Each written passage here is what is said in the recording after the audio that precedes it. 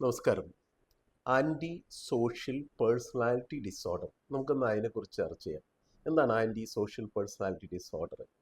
അതായത് ഒരു വ്യക്തിക്ക് അല്പം പോലും ധൈര്യമോ മനസ്സാക്ഷിയോ കുറ്റബോധമോ ഇല്ലാതിരിക്കുന്ന സൊസൈറ്റിയിൽ അങ്ങനെയുള്ള ജീവിക്കുന്ന വ്യക്തികളുണ്ട്. അവരാണ് ഇങ്ങനെയുള്ള ആൾക്കാർ.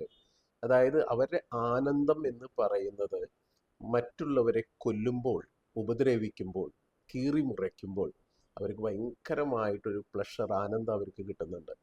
ഇങ്ങനെയുള്ള വ്യക്തികൾ കൊലപാതകം, ക്രൂരമായ കൊലപാതകങ്ങൾ, മൃഗങ്ങളെ ക്രൂരമായിട്ട് ഉപദ്രവിക്കുക, അതിക്രൂരമായ റേപ്പ് ചെയ്യുക, ഇത്തരം രീതിയിലുള്ള കൊലപാതകങ്ങൾ. സാധാരണ കൊലപാതകങ്ങളല്ല ഇവർ ചെയ്യുന്നത്. ഇവർ തലയ്ക്കടിക്കുക, ചുറ്റിയും കൊണ്ടടിക്കുക, കഴുത്ത് കീറി മുറിക്കുക, ഈ തരം ബിഹേവിയറിൽ അവർക്ക് ഉണ്ടാകുന്ന പ്ലഷർ.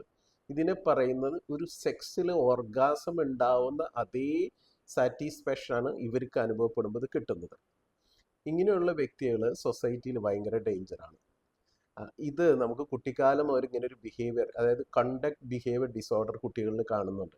മറ്റുള്ളവർ അമിതമായിട്ട് ഉപദ്രവിക്കുക, മോഷ്ടിക്കുക, നുണ പറയുക, തെല്ല് പോലും കുറ്റബോധമില്ലാത്ത അവസ്ഥ. ഇങ്ങനെ വരുന്ന കുട്ടികൾ ഭാവിയിൽ ആൻറ്റി സോഷ്യൽ പേഴ്സണാലിറ്റി ഡിസോർഡറിൽ വരാനുള്ള സാധ്യത വളരെ കൂടുതലാണ്.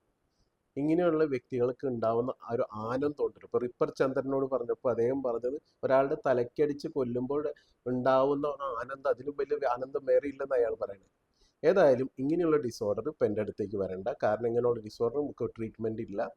അത് മാത്രമല്ല, ഇങ്ങനെയുള്ള ആളുകൾ വന്നു കഴിഞ്ഞാൽ നമ്മൾ പോലീസിൽ ഇൻഫോം ചെയ്യുകയും ചെയ്യും. കാരണം ഇവർക്ക് ഇതിൻ്റെ പുറകിൽ ഒത്തിരി ക്രൈം ഉണ്ട്. ഇവരുണ്ടാവും. ഇവരെ ട്രീറ്റ് ചെയ്യുക എന്നുള്ളത് എളുപ്പമുള്ള കാര്യമല്ല. Thank you.